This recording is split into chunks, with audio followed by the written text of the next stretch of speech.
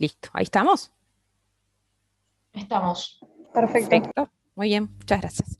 Bueno, entonces, como les decía, vamos a ver la estructura de de distintos elementos y compuestos de distintas clases, de distinta naturaleza respecto al enlace en el estado sólido. ¿Tá? Entonces, lo primero que tendremos que pensar es por qué será importante estudiar cómo se disponen los átomos en el espacio, que de eso se trata la estructura, en el estado sólido. Definitivamente la razón es porque eso importa para las propiedades. Para las propiedades de muchos elementos y compuestos es fundamental saber cuál es su estructura en el estado sólido. Y uno de los casos más fáciles de entender es el que corresponde a la estructura del hielo. ¿Sí? Ustedes saben que en general en el estado sólido los elementos y compuestos son más densos, ¿sí? Y más compactos que en el estado líquido. Sin embargo, en el caso del hielo, eso no pasa. Y por eso, una cosa que todos vemos en nuestra vida diaria es que el hielo flota en el agua líquida. Y la única manera de poder explicar esa observación experimental es estudiando la estructura del hielo, o sea, viendo la estructura del hielo que tiene esa forma que ustedes tienen ahí, con canales que hacen que la densidad de este sólido sea menor que la de la correspondiente fase líquida, ¿sí? Y la única manera de explicar esa observación experimental es estudiando su estructura. Pero podemos ir incluso a cosas más complejas, ¿sí? Sabiendo la estructura cristalina de una proteína, por ejemplo, o de una enzima, podemos tener muchísima información respecto a su función, ¿sí? Y a la función que cumplen los distintos aminoácidos de la proteína en el centro activo, todas esas cosas que ustedes estudian en bioquímica, muchas de ellas se conocen a partir del estudio de la estructura cristalina en estado sólido de esas proteínas y enzimas. Y que a pesar que algunas veces la estructura no es exactamente la misma en el estado sólido que cuando la proteína está disuelta, de todas maneras se puede sacar muchísima información de ese tipo de estudios.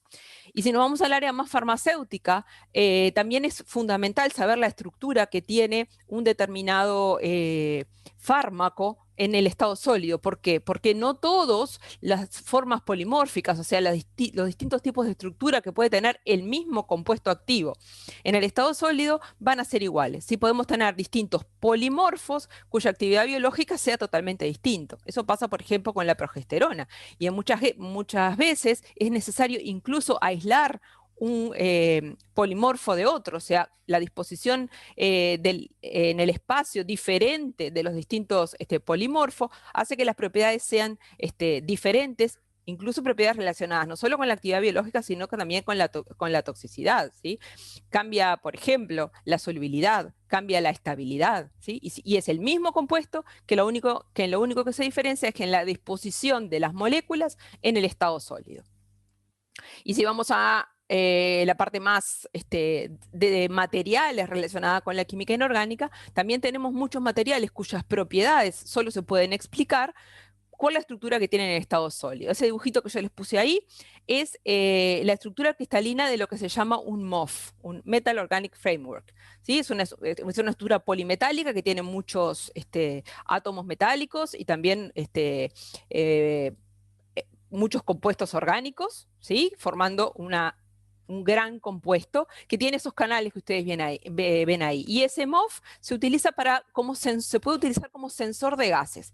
¿Qué quiere decir? Si yo coloco ese compuesto en estado sólido en un lugar donde hay un gas que quiero detectar, ¿sí? Por ejemplo, hidrógeno, eh, eh, el gas que se incluye en esos canales me modifica la estructura cristalina, ¿sí? Me modifica alguna propiedad de ese sólido que yo puedo medir, puedo detectar la presencia de ese gas, incluso cuantificarlo. Y según el tamaño de ese canal que ustedes ven ahí, va a ser la selectividad que va a obtener un determinado MOF respecto a distintos gases, ¿sí? Y cómo los usos y cómo veo eso y cómo me doy cuenta, cómo estudio y cómo sintetizo un nuevo material que cumple esa función, solamente lo puedo hacer estudiando su estructura en el estado sólido. Bien, así que espero haberlos convencido de que es importante conocer la estructura de los elementos y compuestos en el estado sólido porque determina en la mayoría de los casos sus propiedades. Pero antes de seguir, vamos a hacer una distinción sobre lo que consideramos que es un sólido cristalino y un sólido amorfo, ¿sí? Un sólido cristalino es un sólido que por definición se dice que tiene un ordenamiento de largo alcance. ¿Sí? Eso quiere decir que las partículas del sólido están en el espacio ordenadas en forma tridimensional en el largo alcance. O sea que yo puedo ver un ordenamiento, un patrón, ¿sí?, de las partículas del sólido en el largo alcance. Y ese patrón incluso se hace evidente en las propiedades macroscópicas. Si yo tengo un sólido cristalino, voy a ver formas geométricas, voy a ver caras planas, ¿sí?, que de alguna manera dan cuenta de ese ordenamiento de largo alcance.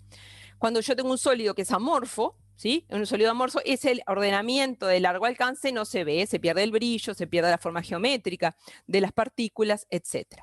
¿Qué vamos a estudiar nosotros? Los sólidos cristalinos, ¿sí?, porque en los sólidos amorfos es muy difícil, digamos, la disposición de las partículas del sólido en el espacio va a ser distinta cada vez que ese sólido cristalice, probablemente, y es muy difícil de racionalizar, pero sí lo vamos a poder hacer para un sólido cristalino, ¿sí? Así que en todo lo que nosotros estamos hablando, estamos pensando en que un determinado compuesto o elemento lo estamos estudiando en su forma cristalina, ¿sí?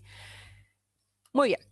Y en definitiva, en estas dos clases que vamos a estudiar la estructura de los sólidos, vamos a ver diferentes aspectos. Vamos a ver algunas cuestiones generales sobre las redes cristalinas, algunos aspectos generales, básicos, sobre las distintas redes cristalinas que podemos tener, esos distintos ordenamientos de las partículas del sólido en el espacio. Y en particular vamos a estudiar la estructura que suelen tener los metales y sus aleaciones, la estructura de los sólidos iónicos, la estructura de los sólidos moleculares y la estructura de las redes covalentes y los distintos tipos de sólidos que sabemos que existen y que clasificamos de esa manera en función de del tipo de enlace que tiene, ¿sí? Y después, finalmente, al final de la clase que viene, vamos a hablar un poco más, con un poco más detalle, de una red covalente particular, ¿sí?, que son los silicatos. ¿Por qué vamos a hablar de los silicatos y no vamos a hablar de otras cosas en particular? Porque los silicatos, ustedes saben que son de los compuestos más abundantes en la naturaleza, ¿sí? Todo lo que nos rodea en la naturaleza prácticamente está formado por silicatos, ¿verdad? Desde la arena, cualquier tipo de material de construcción, piedras, etcétera, todos esos son silicatos. Tiene una variabilidad estructural riquísima, ¿sí? Y por lo tanto es muy productivo, digamos, estudiar su estructura, sobre todo en el estado sólido, ¿verdad? Que es como lo vamos a encontrar. Bien, arranquemos entonces a hablar un poco de los distintos ordenamientos cristalinos, ¿sí? De cómo se pueden ordenar y cómo podemos estudiar el ordenamiento de las partículas de un sólido en el espacio. Y ese dibujito que yo les puse ahí es un ordenamiento, en este caso en dos dimensiones, ¿sí? Que de alguna manera representarían una estructura en dos dimensiones, ¿sí?, de lo que fuere. Y esos polígonos que ustedes ven ahí son polígonos que yo elegí y que de alguna manera me permiten que yo, mirando solamente ese polígono, de alguna manera pueda representar el ordenamiento total de las partículas en el espacio. ¿Qué quiero decir con esto? Si yo tomo este polígono, por ejemplo, este paralelogramo, y lo muevo a la derecha y hacia abajo, ¿sí?, me representa totalmente la estructura, ¿sí? Lo mismo con cualquiera de estos otros, ¿sí? A esas unidades que se pueden tomar dentro de un ordenamiento cristalino y que de alguna manera cuando yo las desplazo, en este caso en dos dimensiones, a lo largo de todo el ordenamiento, me lo representan en su totalidad, es lo que se llama la celda unidad. Y como se ve ahí, puede haber muchas celdas unidades que yo pueda seleccionar para un determinado ordenamiento, ¿sí?, de puntos, de eso que parecen pescaditos o de lo que fuere, ¿sí?, de átomos también, ¿sí? Pero estrictamente nosotros le vamos a llamar celda unitaria de todas esas posibles representaciones, la que sea la más pequeña, ¿sí?, la representación más chica, ¿sí?, la celda unidad más chica que me represente toda la estructura, que en este caso sería ese cuadradito que está ahí, ¿sí? En esa representación que yo tengo ahí, ¿sí?, puedo sustituir esos dibujitos que tengo ahí por puntos, ¿sí?, y lo que se me formaría sería lo que se llama un retículo o una red, Sería un ordenamiento de puntos, ¿sí? Que en definitiva son los que me van a mostrar las posiciones que yo voy a tener que representar o voy a tener representadas en, en la estructura ordenada, en el ordenamiento cristalino que yo quiero ver. Pero pasemos ahora a las tres dimensiones, ¿sí? Porque todos sabemos que en los distintos tipos de sólidos lo que tenemos es un ordenamiento tridimensional de las partículas de sólido. Esos puntos correspondientes a la red cristalina van a poder ser representados por distintas celdas unidades, ¿sí? Que se van a caracterizar, como vemos en esta figura de acá arriba, por, de alguna manera, los ángulos, ¿sí? que van a formar y las distancias de las aristas, ¿sí? de distintas formas geométricas, ¿sí? Teniendo en cuenta entonces esos ángulos y los largos de esas aristas, voy a poder tener distintas, lo que se llaman celdas unidades típicas, ¿sí? Ordenamientos cristalinos típicos, triclínico, monoclínico, ortorrómbico, ¿sí? Todos estos que ustedes tienen ahí. Pero además, las celdas unidades pueden contener puntos reticulares distribuidos de distintas formas. Por ejemplo, pueden ser celdas de tipo primitivo, donde yo voy a tener un punto reticular en cada vértice de la celda, o celdas de tipo centrada en el cuerpo, donde además de los vértices de la celda también tengo una en el centro, centrada en las caras, donde tengo además una en cada centro de cara, o centrada no en todas las caras, ¿sí? Como en este caso, sino en estas caras enfrentadas, ¿sí? Entonces la combinación de todos los ángulos y largos de aristas, ¿sí? De esta forma geométrica, con las posiciones de los distintos puntos reticulares, me van a dar lugar, y además otros elementos de simetría que hay que tener en cuenta, me dan lugar a cerca de 230 ordenamientos cristalinos típicos. Digamos, va a haber aproximadamente 230 celdas unidades distintas que yo voy a poder tener combinando todo eso. ¿Qué quiere decir eso? Que con esas combinaciones yo podría ser capaz de representar todos los ordenamientos cristalinos posibles. Una cosa importante es que esos puntos reticulares que van a formar parte de mi celda unidad no necesariamente van a coincidir con átomos, por ejemplo, si estamos hablando de la representación de un sólido, ni con átomos ni con moléculas, no necesariamente van a coincidir con las partículas del sólido.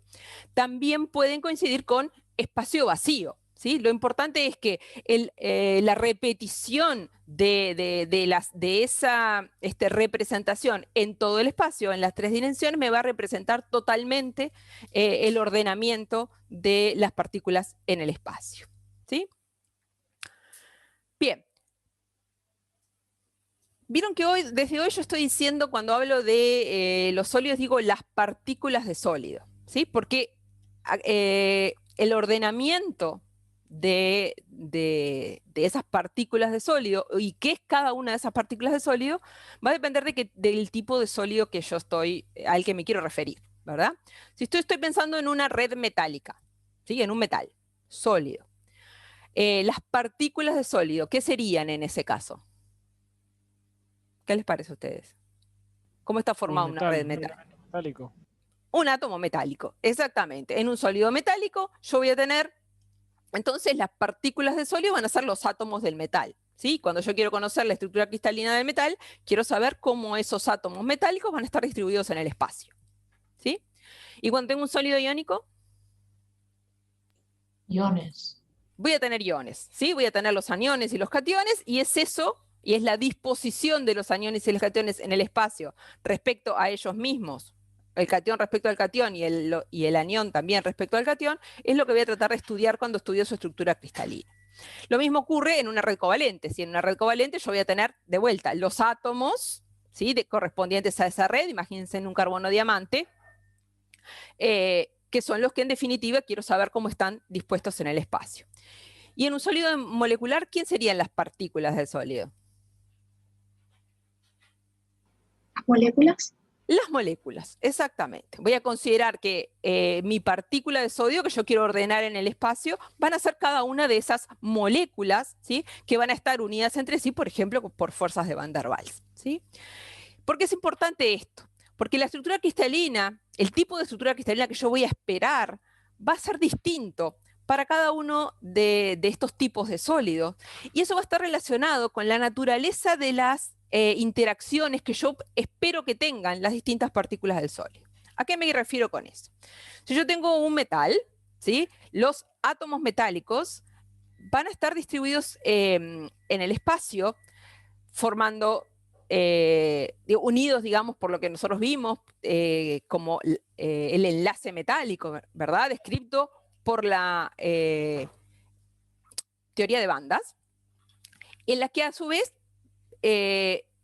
vimos que ese enlace metálico era un enlace no direccional, ¿sí? O sea, no había la interacción de un átomo con el otro en una determinada dirección, sino que la interacción se daba entre todos los átomos de la red metálica. O sea, era una interacción de tipo no direccional. ¿Eso qué pista nos da respecto al tipo de estructura que vamos a tener en el estado sólido? Tenemos que pensar que si el enlace es no direccional, cada átomo metálico va a tratar de rodearse del mayor número de vecinos posible, ¿sí? A la menor distancia posible. ¿Por qué? Porque eso de alguna manera va a maximizar las interacciones entre los distintos átomos. Entonces, ¿qué es lo que sucede en un sólido metálico? Vamos a tener lo que llamamos estructuras de tipo compactas, ¿sí? Donde las partículas del sólido, los átomos metálicos, van a estar lo más apretados de alguna manera posible en la estructura.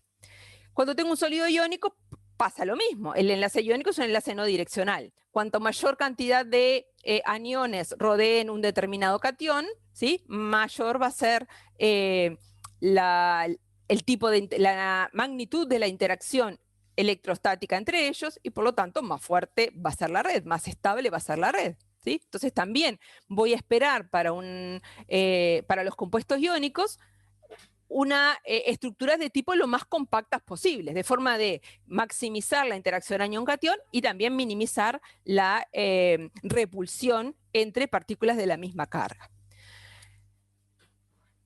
Algo bastante similar sucede cuando yo tengo un sólido molecular, ¿sí? Imagínense que yo tengo dióxido de carbono. Cada una de las moléculas de dióxido de carbono va a ocupar una posición en el espacio y esas partículas de dióxido de carbono, independientemente de que el carbono y el oxígeno estén unidos entre sí por enlace covalente, esas moléculas de dióxido de carbono van a estar unidas por fuerzas de Van der Waals, ¿verdad? Que también son no direccionales y por lo tanto, en el espacio, cada una de esas moléculas de dióxido de carbono va a tratar de rodearse del mayor número posible de otras moléculas a la menor distancia posible, también para maximizar las interacciones. Pero esto ya no puede ocurrir en el caso de una red covalente. Imagínense la red del diamante, ¿sí?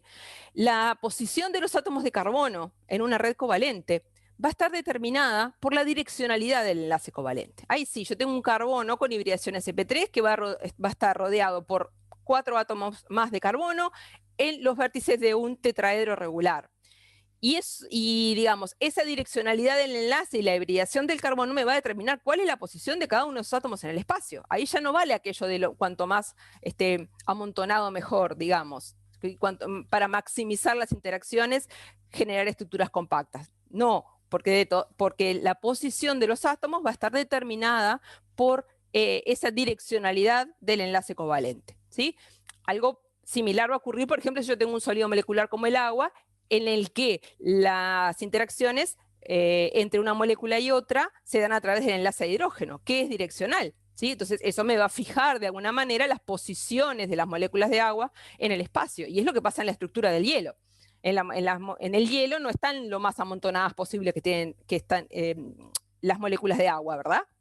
En el estado sólido, sino que están fijas, en posiciones fijas que dan lugar a esos canales y esas posiciones están determinadas por la direccionalidad del enlace de hidrógeno que las mantiene unidas, ¿sí? Entonces, a la hora de tratar de pensar en las distintas estructuras que vamos a tener en el estado sólido, tenemos que tener en cuenta entonces las interacciones que va a haber entre las partículas de los distintos tipos de sólidos, ¿sí?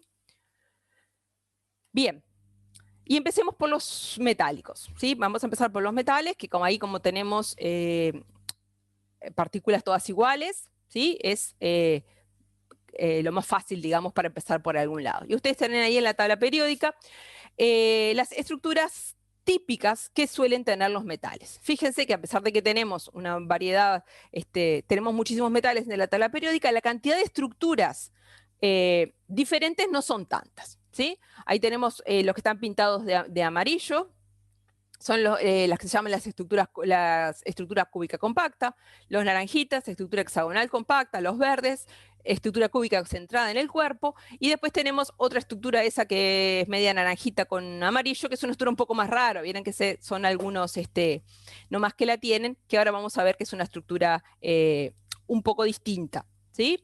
Pero fíjense que la mayoría de los metales tienen esas tres, fundamentalmente estructuras típicas. Los que están pintados de blanco son algunos que tienen estructuras raras, ¿sí? O que de repente sus estructuras cristalinas todavía no se conocen del todo, ¿sí?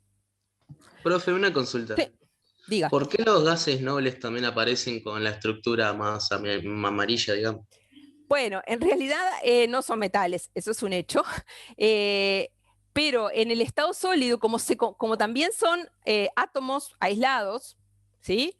En el estado sólido tienen estructuras que se parecen a lo de los metales, ¿sí? Porque también las interacciones entre ellos van a ser interacciones de tipo de Van der Waals, no enlace metálico, pero también son átomos aislados que van a interaccionar entre sí. Entonces forman estructuras de tipo compacta igual que los metales, por eso están marcados ahí, ¿sí? Bien, gracias. Muy bien. Vamos a ver entonces estas estructuras que tenemos ahí, las estructuras típicas de los metales, cómo son en realidad, ¿sí? Y para eso vamos a utilizar nosotros lo que llamamos un modelo de esferas, ¿sí? Vamos a considerar que cada uno de los átomos del metal es una pelotita, ¿sí? Y como dijimos, como el enlace metálico es no direccional, cada átomo metálico va a tratar de rodearse en la estructura del sólido de la mayor cantidad de vecinos posibles a la menor distancia posible, formando lo que se llaman estructuras compactas. En nuestro modelo de esferas, ¿sí? Yo puedo ordenar las esferas en el plano, como en este caso, ahí no estoy solamente el paso, de distintas maneras, ¿sí? Que unas van a ser más compactas que las otras. La estructura azul, la que ustedes ven azul, ¿qué les parece? ¿Es más o menos compacta que la verde? Menos. Menos, ¿verdad? Sí, se ve claramente que los huecos son más grandes y que hay más espacio, digamos, entre una esfera y otra. La estructura azul es una estructura entonces no compacta, mientras que la estructura verde es la disposición de esas esferas iguales más compacta que podemos tener. Más amontonado que eso no pueden estar, ¿sí? Entonces, eso es lo que vamos a llamar nosotros de aquí en más una capa compacta, ¿sí? Esta estructura que vemos en la figura verde, ¿sí? Esto es una capa compacta. Entonces, suponemos, por lo que hemos estado diciendo hasta ahora, que cuando yo tengo un metal, va a estar formado por distintas capas compactas, ¿sí? Esto que es en el plano, lo tenemos que pasar ahora a las 3 dimensiones, ¿sí? Bien, ¿qué es lo que pasa cuando yo quiero pasar esto a 3 dimensiones?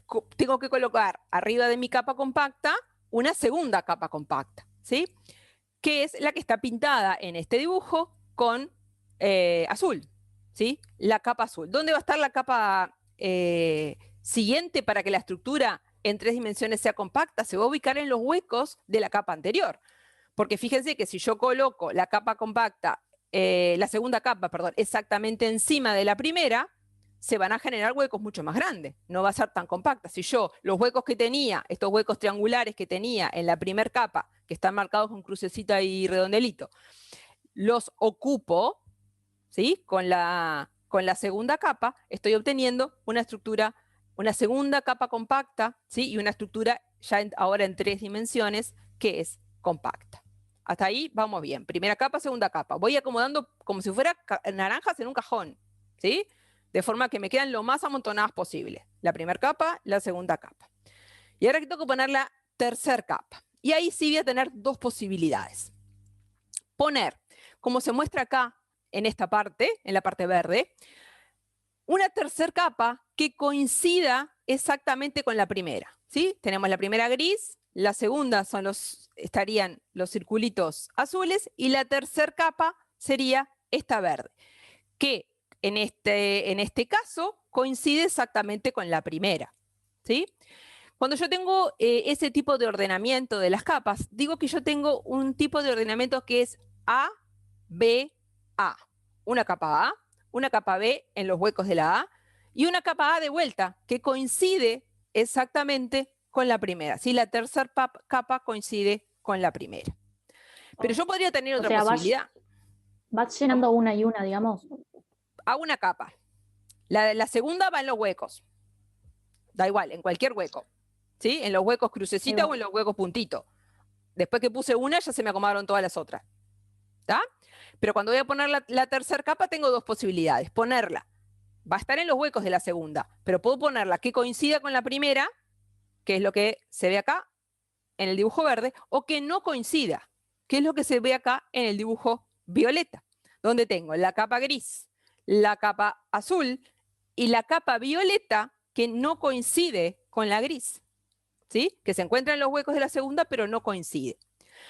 Este tipo de ordenamiento es lo que se llama un ordenamiento de tipo A, B, C. Capa A, capa B en los huecos, capa C en los huecos de la B, pero que no coincide con la A, ¿sí?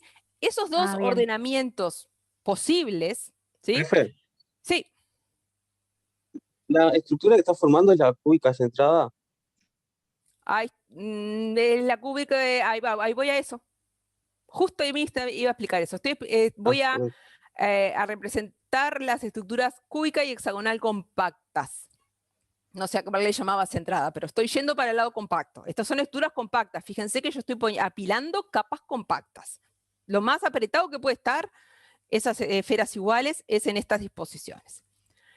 Bien, en el caso de las verdes, ¿sí? Como yo les decía, tengo una secuencia de apilamiento de capas de tipo A, B, A, B, A, B, A, B, A, B, A, B.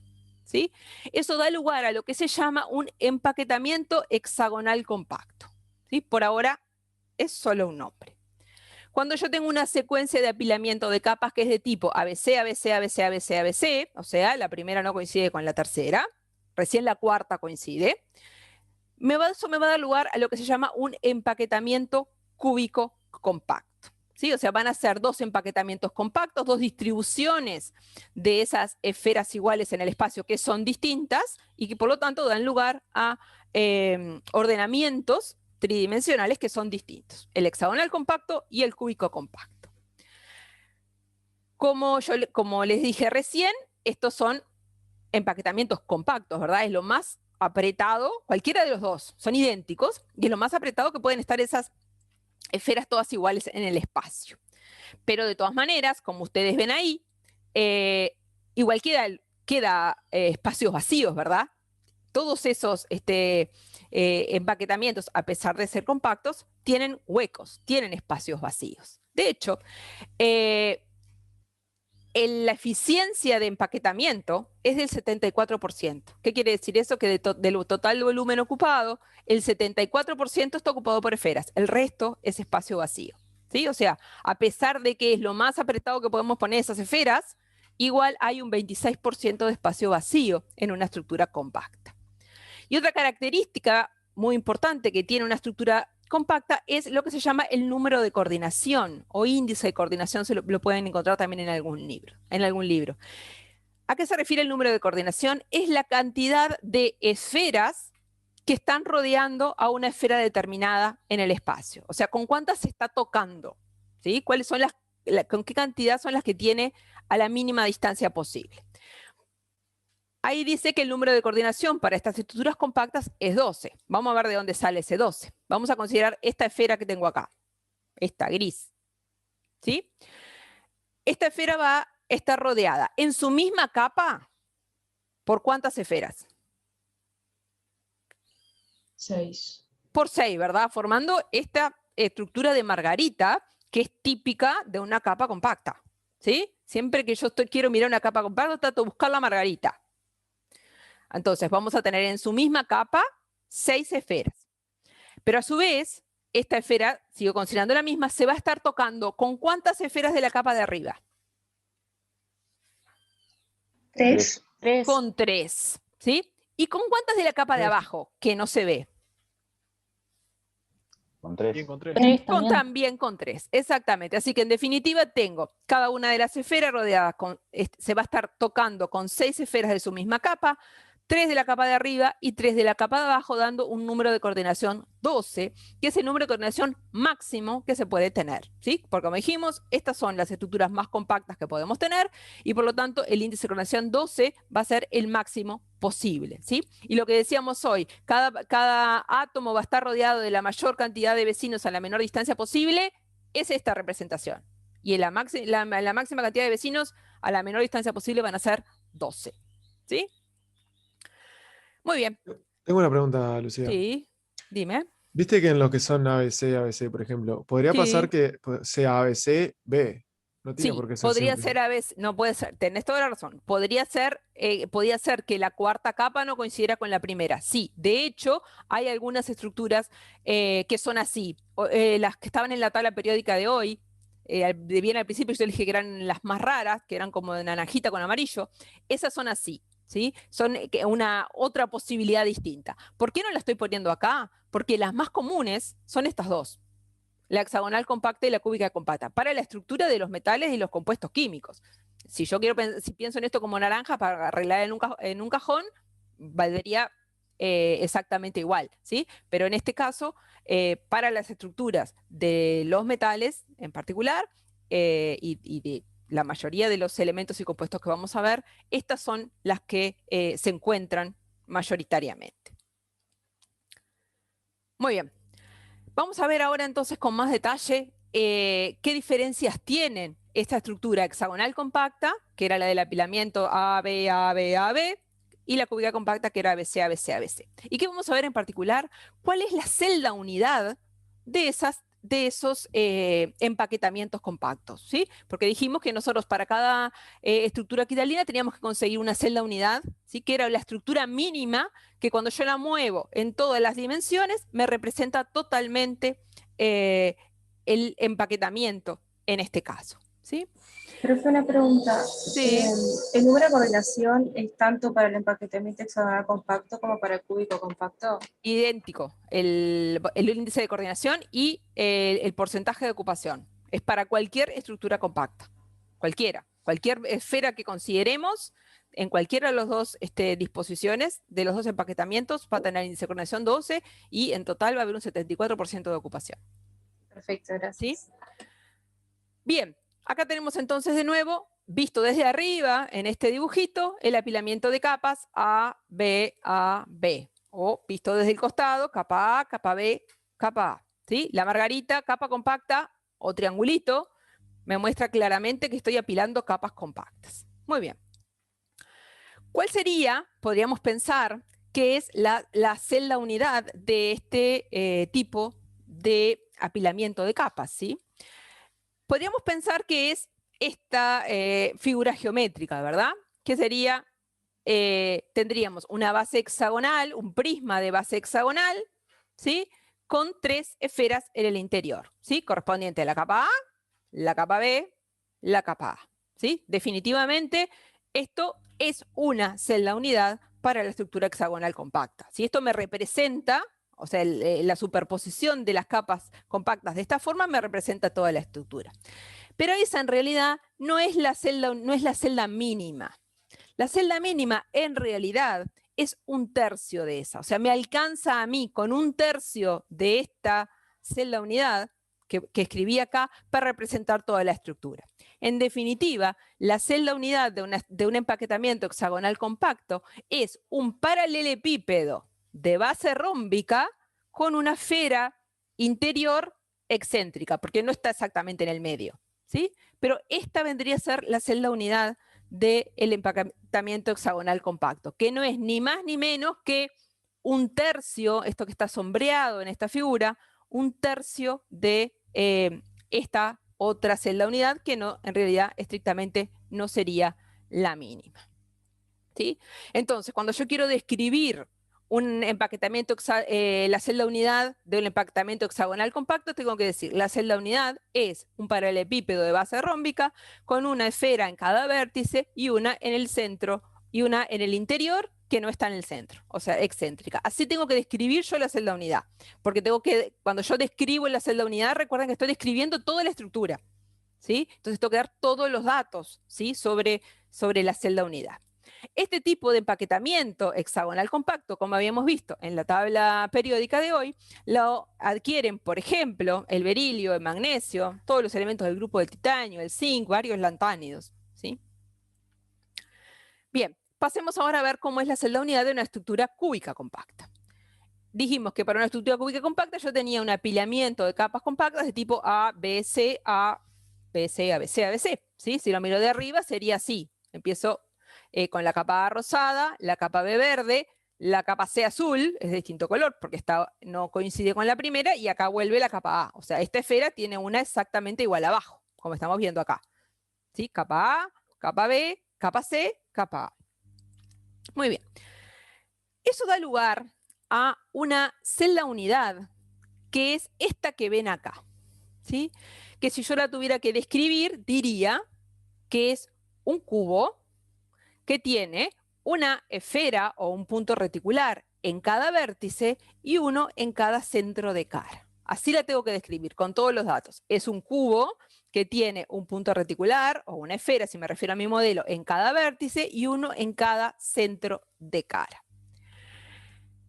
Fíjense una cosa, si yo miro en esta representación las caras del cubo, esta cara, por ejemplo, o esta otra, o esta que tengo de frente acá, fíjense que las caras del cubo no coinciden con las capas compactas. ¿Se acuerdan que yo para tener una cara compacta tenía que buscar este dibujo margarita? Y acá no tengo dibujo margarita, fíjense en la cara esta que tengo acá de frente.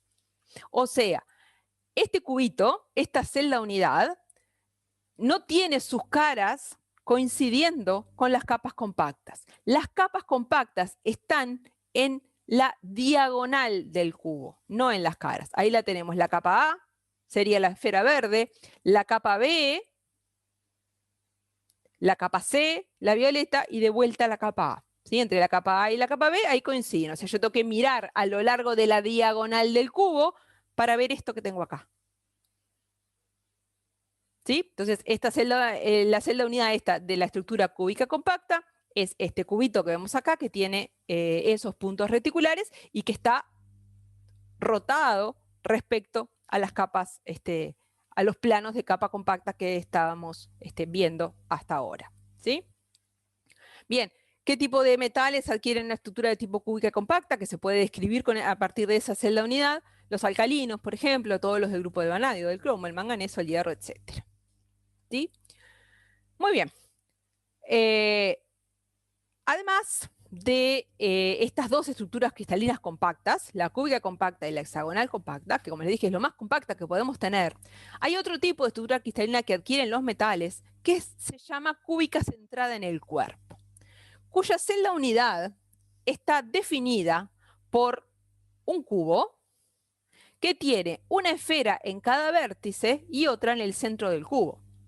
O, como lo podemos decir mejor, que tiene un punto reticular en cada vértice y uno en el centro del cubo. ¿Sí? Un punto reticular en cada vértice del cubo y uno en el centro del cubo. Esa sería la celda unidad de una estructura cúbica centrada en el cuerpo. Y ustedes me dirán, no, yo les pregunto, ¿esto es una estructura compacta? ¿Se ve igualmente compacta que las que vemos hasta el momento? No, No, tiene mucho más no. espacio. No es. Dice en el título. Ahí dice en el título que no compacta, muy bien. Las únicas posibilidades de estructuras compactas son o por lo menos de las que se encuentran, son la hexagonal y la cúbica compacta. Esta es una estructura no compacta. Y ahora hago otra pregunta que por suerte no está en el título, que es, ¿por qué le parece a ustedes, después de todo lo que dijimos, que habrá metales que adquieren este tipo de estructuras que no son del todo compactas? Por la direccionalidad. Bueno, en el caso del enlace metálico, lo de la direccionalidad es dudoso. La razón es que no será todo lo compacta que puede ser, pero es bastante compacta. La eficiencia del empaquetamiento de este tipo de estructura es del 68%, frente al 74% de la otra. O sea, los vecinos no están igualmente cerca. Sí, o sea, no son tantos los vecinos que están porque el índice que están cerca, porque el número de coordinación es 8, pero de todas maneras es una estructura bastante compacta. ¿sí? O sea, ¿de dónde sale este número de coordinación 8? Que no es 12 y por eso no es compacta.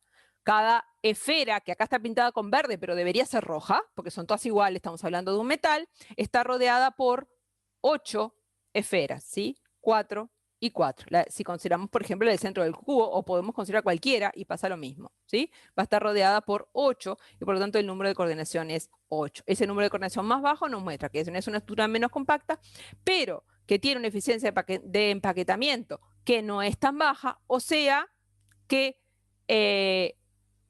tampoco es tan poco compacta y por eso muchos de los metales se acomodan en este tipo de estructura cristalina, ¿sí?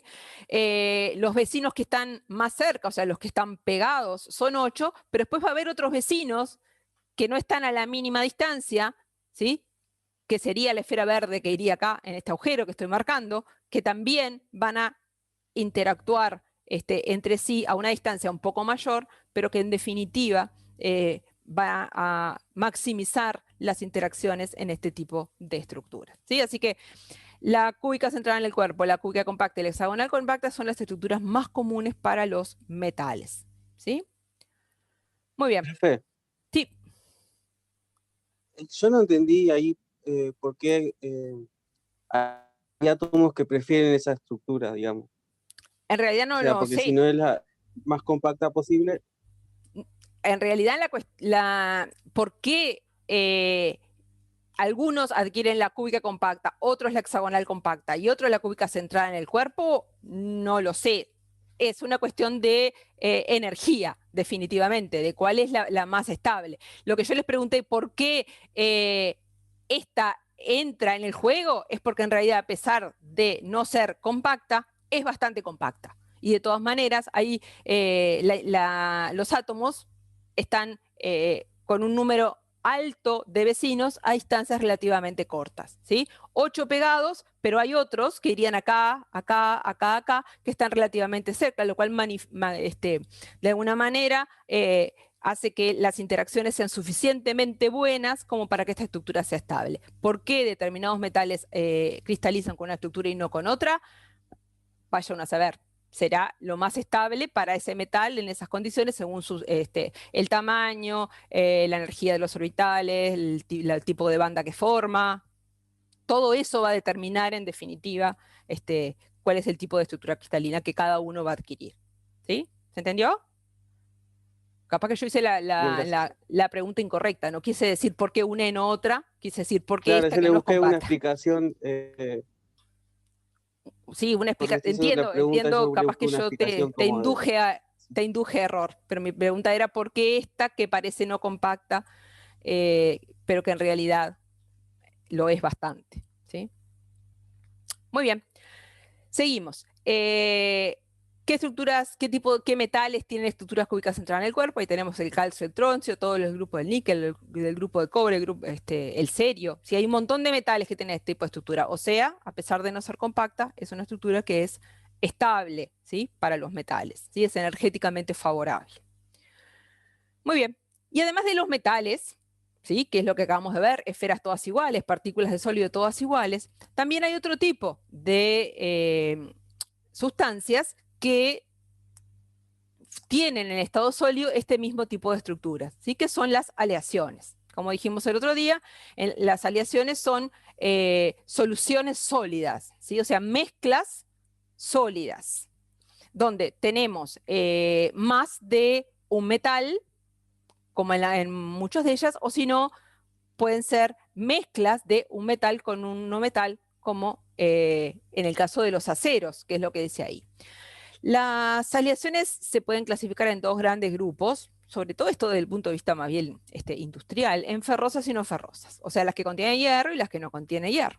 Las aleaciones ferrosas, las más importantes por lejos de todo punto de vista, son los aceros, ¿sí? Que son aleaciones de hierro con carbono, o sea, metal con no metal, y las fundiciones, y se diferencian entre sí sobre todo por fundamentalmente, digamos, por la proporción de carbono que hay en cada una de ellas, ¿sí? Y esa proporción de carbono hace que sus propiedades físicas sean bien distintas, ¿sí? O sea, según la proporción de carbono que tenga una aleación ferrosa,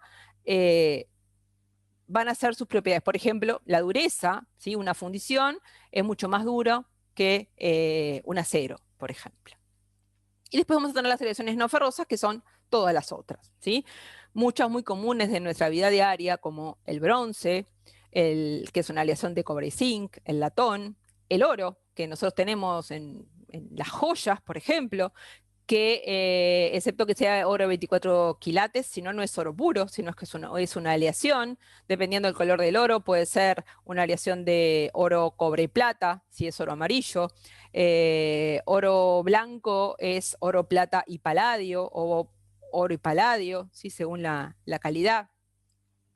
Tenemos la plata, ¿sí? La plata, los anillos de plata, las joyas de plata, que no son de plata, no son de 100% plata, sino en una aleación.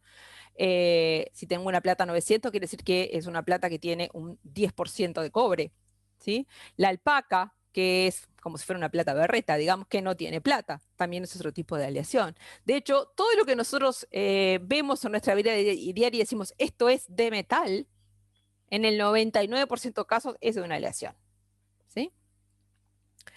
Bien, y las propiedades que tengan las diferentes aleaciones en cuanto a dureza, como decíamos en el caso de los aceros y las fundiciones, en caso a la capacidad de ser maleables, de ser dúctiles, va a depender de la estructura en el estado sólido de esa aleación, de la proporción de un metal al otro, que va a determinar en definitiva la estructura de esa aleación en el estado sólido.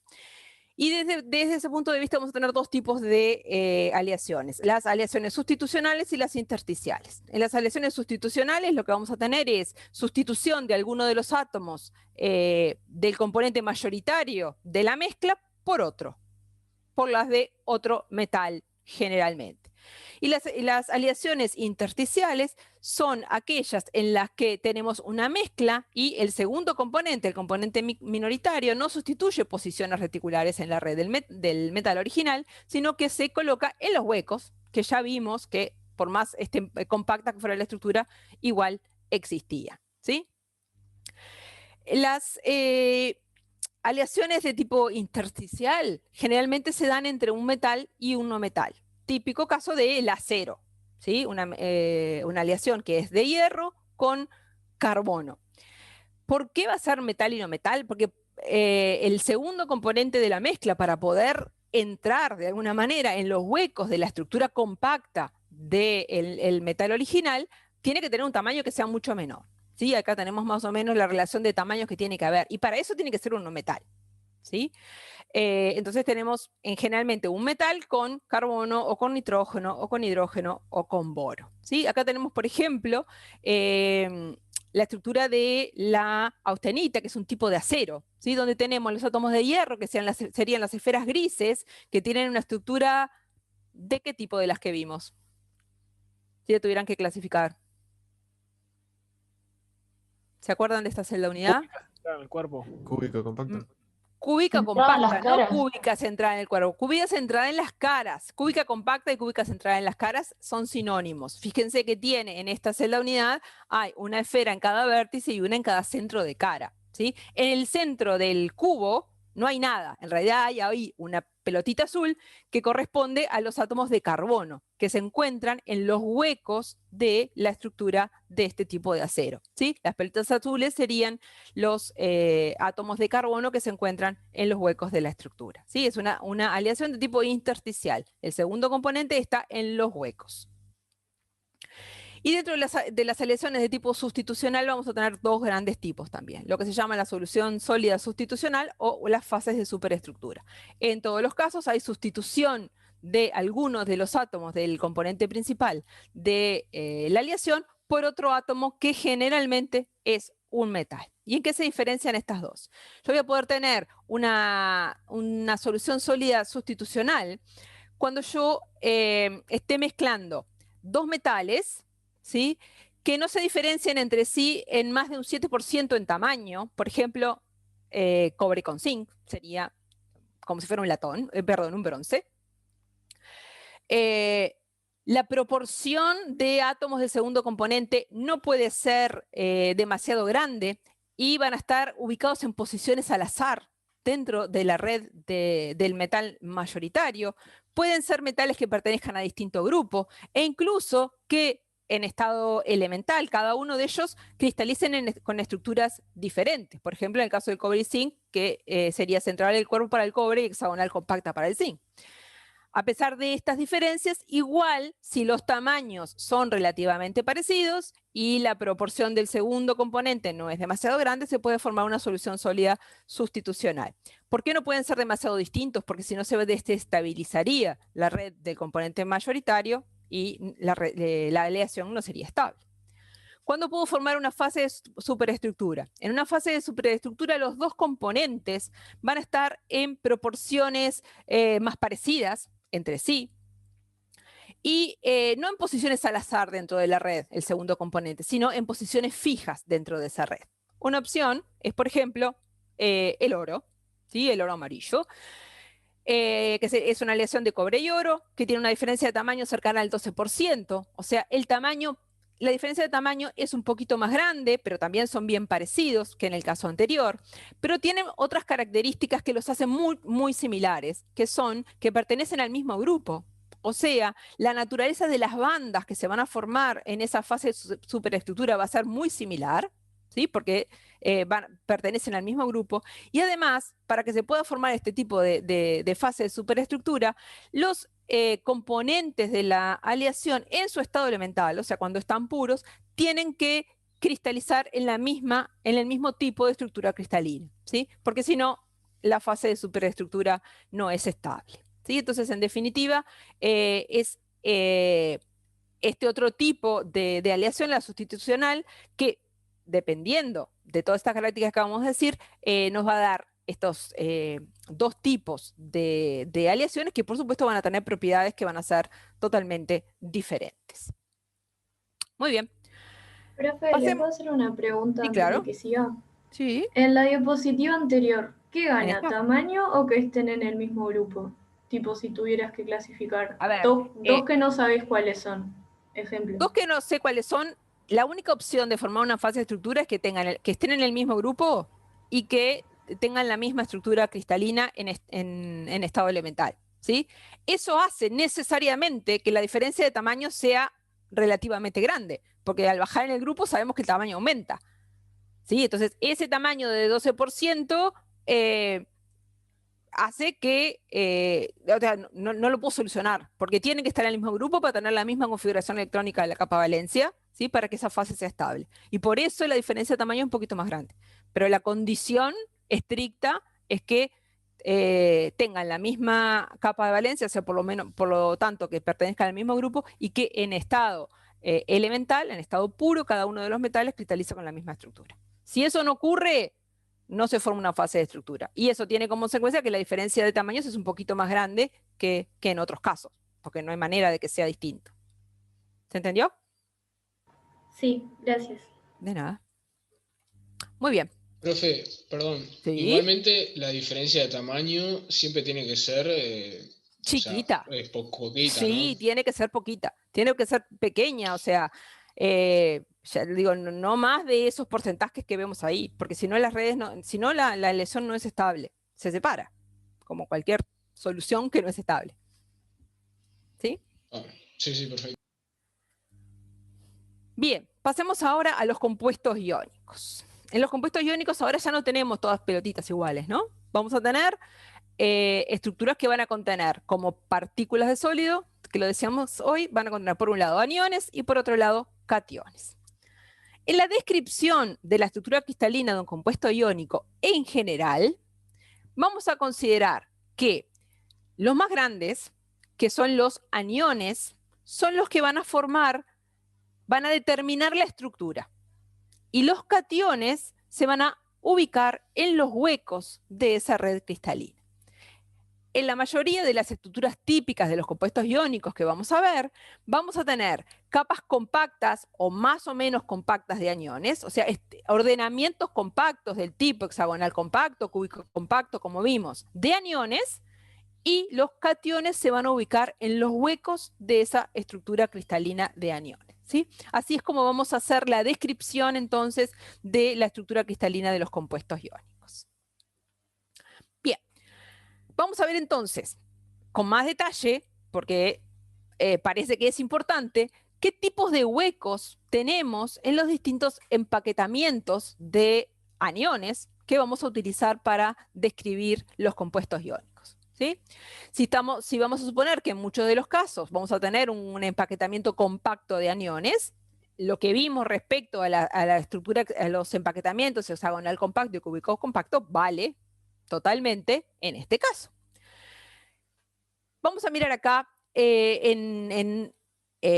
esto dibujito del empaquetamiento compacto, qué tipos de huecos vamos a poder encontrar. Vamos a poder encontrar dos tipos de huecos. Unos que son los huecos tetraédricos. Esta forma geométrica que tenemos acá es un tetraedro. ¿Cómo va a estar formado o por qué esferas o por qué puntos reticulares va a estar determinado cada uno de los huecos tetraédricos que haya en un empaquetamiento compacto? Va a estar determinado por 3 esferas de una capa compacta y una esfera de la capa de arriba, que va en el huequito triangular de abajo, ¿sí? Entonces, en una estructura tridimensional compacta vamos a tener estos huecos que forman un tetraedro, como se ve acá. 3 de la capa de abajo y la de arriba. Si este hueco yo lo tuerzo, le veo la forma de tetraedro, ¿sí? O este tetraedro que si lo miro de arriba, está así, es esta misma forma geométrica que tengo de acá. O sea, 3 esferas de una capa compacta y una esfera de la capa superior o inferior, que es lo mismo, ¿sí? Así que en las estructuras compactas voy a tener esos huecos que van a tener esa forma, que son huecos tetraédricos. Pero además voy a tener huecos octaédricos. Ahí tenemos, para que se acuerden cómo era un octaedro, ¿sí? ¿Y cómo van a estar delimitados los huecos octaédricos en una estructura compacta?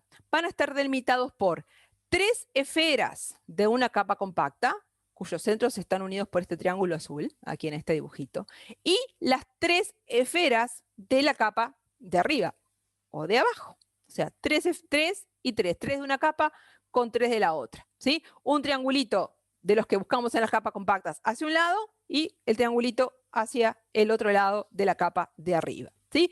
Este dibujito que vemos acá, que une los centros de esas esferas que delimitan el hueco octaédrico, es este mismo dibujito que vemos acá, que corresponde al octaedro, ¿sí? 3 esferas y 3 esferas, que si yo las giro, me queda esta forma más parecida a esta, ¿sí? Del octaedro, pero simplemente lo que hice fue girarla. Pero son 3 esferas de una capa compacta con 3 esferas de la capa de arriba, ¿sí? Entonces, esos son el tipo de huecos importantes, de realidad, que nos van a importar a la hora de saber cómo se van a ubicar los cationes en una estructura compacta de aniones. Se van a ubicar en huecos octaédricos o en huecos tetraédricos. Porque ustedes miran con atención, también hay estos huequitos chiquitos acá, ¿sí? Que podríamos decir que son huecos triangulares, si quieren. Pero esos huecos son tan chiquitos que ahí no va ningún cation. Ahí no va nadie, ¿sí? Entonces no tienen ninguna importancia desde el punto de vista de la descripción de la estructura de un compuesto iónico. Los únicos que nos van a importar son los huecos octaédricos y los huecos tetraédricos.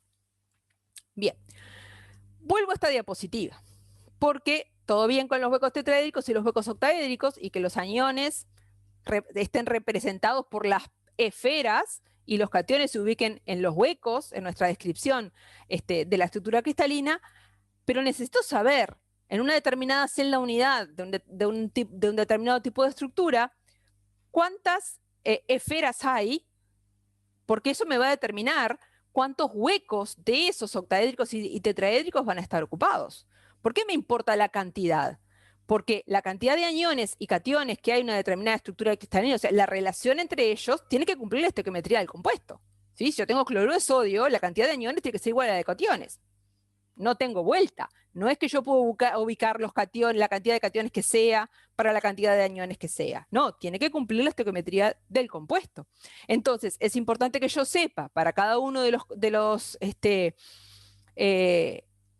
ordenamientos compactos que acabamos de ver, cuántas esferas, que serían cuántos aniones hay por celda unidad, y por lo tanto eso me va a determinar cuántos y cuáles son los huecos que se van a ubicar por cationes, ¿sí?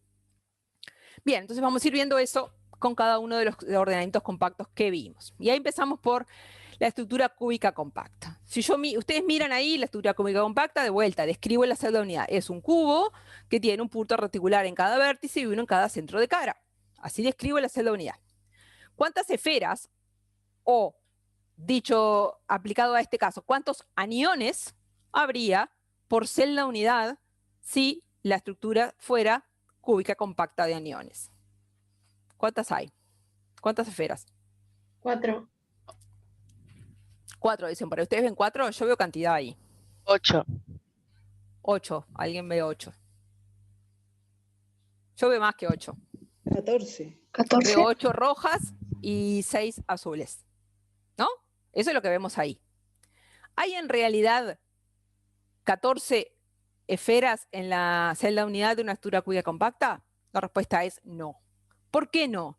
Porque no todas esas esferas pertenecen totalmente a la celda unidad, sino que están compartidas con las celdas unidades vencidas. Piensen que esto no está aislado, sino que hay un cubito acá al lado de otro en todas las dimensiones. ¿Sí? O sea, cada una de esas esferas no pertenece totalmente a esa celda unidad, sino que está compartida con otras celdas unidades. Por ejemplo, las esferas, en este caso los aniones que están en los centros de las caras, van a estar compartidos por 2 celdas unidad, ¿sí? Por esta y la de arriba, o por esta y la de al lado, o por esta y la de abajo, ¿sí? Por lo tanto, cada una de estas esferas, yo las tengo que contar que solo la mitad pertenece a mi celda unidad. La otra mitad es de la celda unidad de al lado. O sea, cada una de las esferas que están en los centros de las caras valen un medio. Las cuento como un medio, no las puedo contar enteras. ¿Qué pasa con las que están en los vértices de la celda unidad, en los vértices del cubo?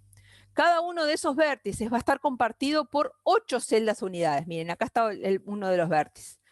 ¿Sí? Va a estar compartido por 4 celdas unidades en el mismo plano y las 4 de arriba. ¿Sí? Por lo tanto, cada uno de estos vértices, solamente un octavo pertenece a la celda unidad. Los otros 7 octavos pertenecen a otras 7 celdas unidades diferentes, que están compartiendo esa misma esfera. Entonces yo tengo que contar cada uno de esos vértices como un octavo de esfera que pertenece a la celda unidad. En definitiva, ¿cuánto me da la cuenta? ¿Cuántos centros de cara tengo?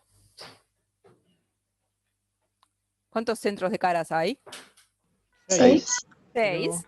Y cada uno lo hago contar por un medio, así que me suma 3. Ahí voy 3. ¿Cuántos vértices hay? Que son las rojas.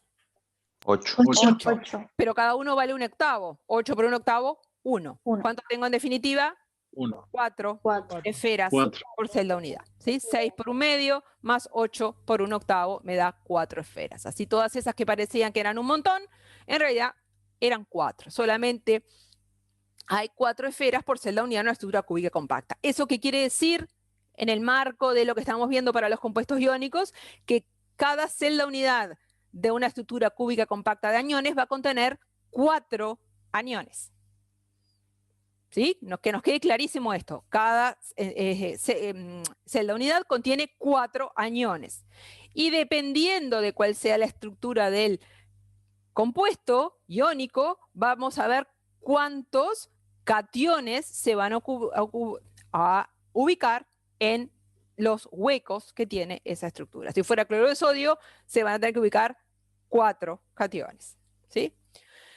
Para eso tenemos que saber dónde están y cuántos son los huecos, esos de los que hablamos, los huecos tetraédricos y los huecos octaédricos que dijimos había en este tipo de estructura, cuántos son para poder ver después el porcentaje de ocupación o la fracción de ocupación, porque todos los huecos no necesariamente van a estar ocupados.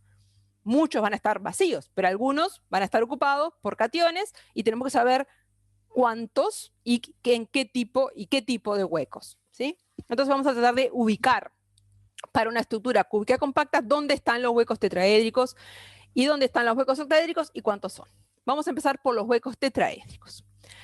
Recuerden que los huecos tetraédricos estaban delimitados por 3 esferas de una capa compacta y una esfera de la capa compacta siguiente o anterior. ¿sí? 3 de una capa y una de otra capa. Y recuerden también que cuando yo miro la celda unidad de una estructura de tipo cúbica compacta, las capas compactas no pertenecen, digamos, las caras del cubo no pertenecen a capas compactas. Las capas compactas las tengo que buscar así, ¿sí? Acá. Esta es una capa compacta. Esta es otra capa compacta, ¿sí? Bien, entonces, las 3 esferas, las 4 esferas en realidad, las 3 de la misma capa y la de la capa de al lado, o la capa siguiente, que van a formar el hueco tetraédrico, las tengo que buscar en esta celda unidad, en esta dirección. Los huecos tetraédricos de una estructura cúbica compacta van a estar delimitados, entonces, teniendo eso en cuenta, por 3 centros de caras adyacentes, que serían estas 3 pelotitas azules que estoy marcando, que pertenecen a una capa compacta, que sería esta, y el vértice que pertenecería a una capa compacta siguiente, ¿sí? Entonces, cada hueco tetraédrico va a estar delimitado por 3 centros de caras adyacentes y el vértice correspondiente, ¿sí? En definitiva, abajo de cada vértice del cubo y mirando hacia adentro de la celda unidad, voy a tener un hueco tetraédrico. Ahí lo tienen, delimitado por 3 centros de caras adyacentes y un vértice. ¿Sí? Abajo de cada vértice, mirando hacia adentro, si miro desde el vértice hacia adentro de la celda unidad, voy a tener un hueco tetraédrico. Por lo tanto, ¿cuántos huecos tetraédricos voy a tener en la celda unidad de una estructura cúbica compacta? Si hay uno abajo de cada vértice, mirando hacia adentro. 8. 8. Exactamente, voy a tener 8 huecos tetraédricos. Y esos huecos tetraédricos, como están del lado de adentro de la celda unidad, no van a ser compartidos con nadie, van a ser toditos de ella, ¿sí? Por lo tanto, definitivamente voy a tener 8 en total, ¿sí? Que en este dibujito ahí se ve dónde están. Abajo de cada vértice, están representados por ese triangulito rojo, va a haber un hueco tetraédrico. 8 en total, 1 abajo de cada vértice. Si yo miro hacia adentro por el vértice, miro hacia adentro de la celda unidad a través del vértice. Muy bien, así que 8 esferas, 8 huecos tetraédricos que van a poder estar totalmente ocupados o no por cationes, dependiendo de la estequiometría del compuesto. Y también había huecos octaédricos, dijimos. Vamos a ver dónde están y cuántos son, ¿sí? Hay un hueco octaédrico que rompe los ojos cuando yo miro la celda unidad de la estructura cúbica compacta. ¿Lo ven ustedes, el mismo hueco que veo yo? Octaédrico, delimitado por 6 esferas en los vértices de un octaedro. El centro. ¿Dónde está? En el centro de la celda unidad. Exactamente, acá. En ese agujero, ahí hay un hueco octaédrico que está delimitado por los 6 centros de cara, por la totalidad de las pelotas azules, ¿sí? Los 6 centros de cara delimitan un hueco octaédrico, ¿sí? Que está en el centro de la celda unidad y que no está compartido con nadie, porque está del lado de adentro, ¿sí? Fíjense, si queremos ver el hueco octaédrico como lo veíamos hoy en la definición, ese hueco octaédrico está delimitado por 3 esferas de una capa compacta, que lo miro acá en la diagonal, y 3 esferas de la capa compacta siguiente, que lo miro acá en la diagonal. 3 azules con 3 azules. Me dan lugar a ese hueco octaédrico que está en el centro. Pero no solamente ahí hay hueco octaédrico. También hay otros huecos octaédricos que de repente son un poco más difíciles de ver, simplemente mirando, y que se encuentran en los centros de cada una de las aristas. Acá tenemos el del medio que acabamos de ver recién, y en el centro de cada arista, marcado por esta pelotita amarilla, también hay otro hueco octaédrico que está delimitado por 2 vértices, 2 centros de cara de mi celda unidad, de la celda unidad que estoy considerando, y 2 centros de cara de celdas vecinas. ¿Sí? ¿Lo ven ahí? El octaedro. Esos huecos octaédricos que están, hay uno en el centro de cada arista, no son todos de la celda unidad, ¿sí? Están compartidos, como acabamos de ver, con las celdas unidades vecinas. ¿Con cuántas celdas unidades se comparte cada arista del cubo? Piensen, un cubo. Con otros 3. Si yo apilo cubitas, ahí va, con otras 3, o sea, con 4, cada uno de estos huecos octaédricos que está en el centro de cada una de las aristas está compartido por otras 3 de las unidades, o sea, por 4 en total. Contemos entonces el total de huecos octaédricos que hay en este tipo de estructura. Uno en el centro, que todo de ella cuenta como 1, y después uno en el centro de cada arista que cuenta por un cuarto. Como tengo 12 aristas, tengo 12 por un cuarto, 3. 3, ¿sí? Más el del centro, 4, ¿sí? Estos 4 huecos octaédricos están entonces ahí, como les decía, en el centro de cada arista. Acá, para cada cara del cubo está marcado de distinto color para que se vean bien. Este es el del centro-centro y estos son los de arriba. ¿Está? Muy bien, así que tengo, por cada estructura cúbica compacta, tengo 4 esferas, o sea, 4 aniones, 8 huecos tetraédricos y 4 huecos octaédricos, ¿sí? Entonces, eso va a determinar que yo vaya a tener una fracción de ocupación de estos huecos que va a ser dependiente de la estequiometría del compuesto, ¿sí? ¿Todos me siguen hasta ahí? ¿Sí? Sí. Bien.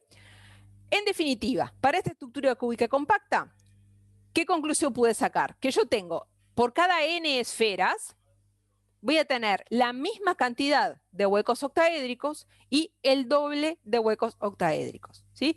Eso que acabamos de ver para la estructura cúbica compacta es válido también para la hexagonal compacta, ¿sí? Para cualquier estructura compacta, por cada n esferas voy a tener n huecos octaédricos, o sea, la misma cantidad de huecos octaédricos, y 2n huecos tetraédricos. En el caso de la cúbica compacta que acabamos de ver, n valía 4.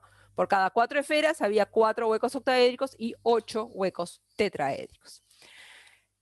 Si esto vale para cualquier estructura compacta, veamos qué pasa con la hexagonal compacta, ¿sí? Cuya celda unidad ya habíamos dicho que era esta, que era un paralelepípedo de base rómbica con una esfera interior excéntrica. Ahora, el número de esferas para una estructura hexagonal compacta es 2, dice acá. ¿De dónde sale ese 2?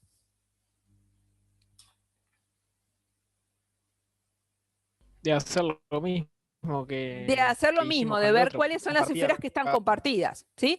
En este caso tenemos una que está en el centro, que es toda de la celda unidad, y después cada una de los vértices del paralelepípedo va a estar compartida por 8, así que vale 8 por 1/8, queda 1, más la del medio, 2. O sea, la celda unidad de la hexagonal compacta tiene 2 esferas, o sea, 2 aniones. Y si la relación se cumple respecto a los huecos tetraédricos y los huecos octaédricos, vamos a tener por cada 2 esferas 4 huecos tetraédricos y 2 octaédricos, y en estos dibujitos están marcados dónde se encuentran, ¿sí? Los 2 huecos octaédricos están totalmente en el interior de la celda unidad, delimitados por estas 3 esferas de la capa compacta. ¿Se acuerdan que en este caso sí, las capas compactas coinciden con las caras de la celda unidad? 3 esferas y 3 de la capa de abajo, y estas 3 y 3 de la capa del medio, ¿sí? Y acá están los tetraédricos, ¿sí? Que tenemos, que están compartidos. Tenemos 2 en cada una de las aristas del paralelepípedo y 2 en el interior. Si ustedes hacen las cuentas, como hicimos recién, con cómo están compartidas cada una de las aristas, podrán ver que la cantidad de huecos tetraédricos nos quedan 4. Y se cumple la relación 2, 2, 4, o sea, n, n, 2n, ¿sí? Muy bien, esto es válido para las estructuras compactas, ¿sí? Que eran las que tenían los huecos octaédricos y tetraédricos que vimos. Bien, pero hay compuestos iónicos cuya red de aniones no es compacta, ¿sí? Y una de las del tipo de estructura que tienen varios compuestos iónicos y que no es compacta es la que tiene una estructura, un tipo de celda unidad que se llama cúbica simple, ¿sí? La celda unidad para una estructura cúbica simple es un cubo, de vuelta seguimos en el cubo, que tiene un punto reticular en cada vértice. Punto. O sea, una esfera en cada vértice y más nada, ¿sí? Esa sería una red de aniones que claramente, como se ve acá y como dice en el título que me dijo el compañero hoy, no es compacta, ¿sí? No está formada por capas compactas en ninguna dirección, ¿sí? Para esta estructura cúbica simple, el número de coordinación de cada una de estas esferas es 6, ¿sí? ¿Verdad? Tengo 4 dentro de la misma capa. Si considero esta, tengo 4 dentro de la misma capa, una en la capa de arriba y una en la capa de abajo, ¿sí? Tiene un número de coordinación de 6 y una eficiencia de empaquetamiento ya bastante más baja, de 52%. Y por eso son prácticamente ningún metal adquiere este tipo de estructura, ¿sí? Pero sí son importantes para los compuestos iónicos. ¿Por qué son importantes para los compuestos iónicos? Porque este tipo de estructura de aniones deja en el centro, ¿sí?, de la celda unidad un hueco solo, grandote, que es un hueco cúbico, ¿sí? ¿Por qué digo que es un hueco cúbico? ¿Por qué le llamo cúbico? Porque está delimitado por los vértices del cubo, de la celda unidad. Ese hueco es un hueco que tiene mucho mayor tamaño, lo pueden ver en el porcentaje de ocupación, y por lo tanto se van a ubicar en ese hueco cúbico cationes que no entran de alguna manera en los huecos tetraédricos y octaédricos de las estructuras compactas, ¿sí? Y por eso esta estructura de tipo cúbica simple son estructuras que tienen importancia no para los metales, pero sí para los compuestos iónicos. En el caso de la estructura cúbica simple, el número de esferas por celda unidad es 1. Ya lo tenemos clarísimo eso, ¿verdad? 1/8 por cada vértice, 8 por 1/8, 1, y no hay más nada. Y un hueco en el centro de la celda unidad, que es un hueco cúbico, ¿sí? En este caso, una esfera, un hueco. No es una estructura compacta, no se cumple NN igual, NN2N, como vimos para las estructuras compactas. Muy bien. Y antes de terminar hoy, vamos a hacer un ejercicio relacionado con esto de acá. Vamos a ver de las cuestiones de ocupación, ¿sí? Dice el ejercicio: tengo un compuesto de fórmula MXX, o sea, de estequiometría, que no sé cuánto vale X, no sé cuál es la estequiometría del compuesto, pero sí sé que los aniones X forman una estructura compacta, puede ser cúbica o hexagonal, me da lo mismo, y sé que los cationes M ocupan la mitad de los huecos octaédricos, ¿sí? Los cationes están ocupando la mitad de los huecos octaédricos de esa estructura. La pregunta es, ¿cuál es la estequiometría del compuesto? Ahí está el numerito del Menti para que respondan. Lo dejo un ratito. Igual es fácil. Estructura compacta de aniones, los cationes ocupan la mitad de los huecos octaédricos. Lu, disculpa, ¿sabes que no está abierta, dice la encuesta, para poder votarla? No sé por qué. A ver. No me- Dice voting is closed. Esperen. ¿Por qué estará cerrada la encuesta? Sí. A ver, ahora. A la izquierda abajo la puedes abrir. Ahí me parece que la abrí, porque decía que apretara C y apreté C y se fue el cartel. Sí, ahí está. ¿Se puede? Ok. No sé qué pasó. Bueno, voten. Voy a ocultar los resultados.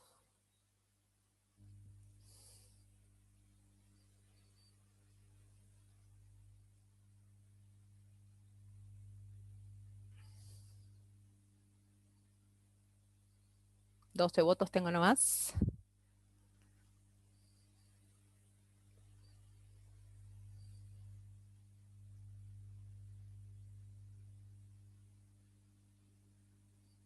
Bien, va subiendo. 24 votos. Vamos a mirar cómo va. Bueno, va ganando por mayoría MX2.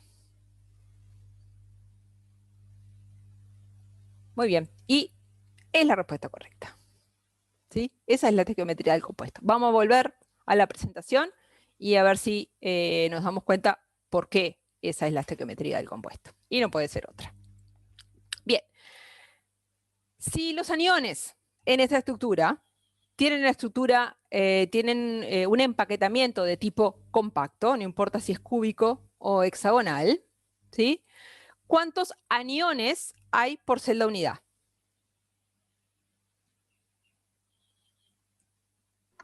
4. 4. Bueno, si fuera cúbica 4, si fuera hexagonal 2. ¿Sí? Bueno, Ahí sí. tendríamos que diferenciar. Si fuera cúbica, vamos a pensar que es cúbica, igual el razonamiento es igual. Si fuera cúbica serían 4 aniones, si fuera hexagonal serían 2. Vamos a suponer que es cúbica, habría 4 aniones. Muy bien. ¿Cuántos huecos octaédricos hay en una estructura de tipo cúbica compacta? ¿Cuántos hay? 4, ¿sí? Y la mitad están ocupados. O sea, la cantidad de cationes que hay respecto a la cantidad de aniones es la mitad. ¿Todos me siguen el razonamiento? Para cualquier estructura no. compacta. A ver, para cualquier estructura compacta se cumple que por cada n esferas, que son los aniones, hay n huecos octaédricos y 2n tetraédricos. ¿Sí? Si yo tengo para una determinada estructura la mitad de los huecos octaédricos ocupados, quiere decir que tengo la mitad de cationes que de aniones.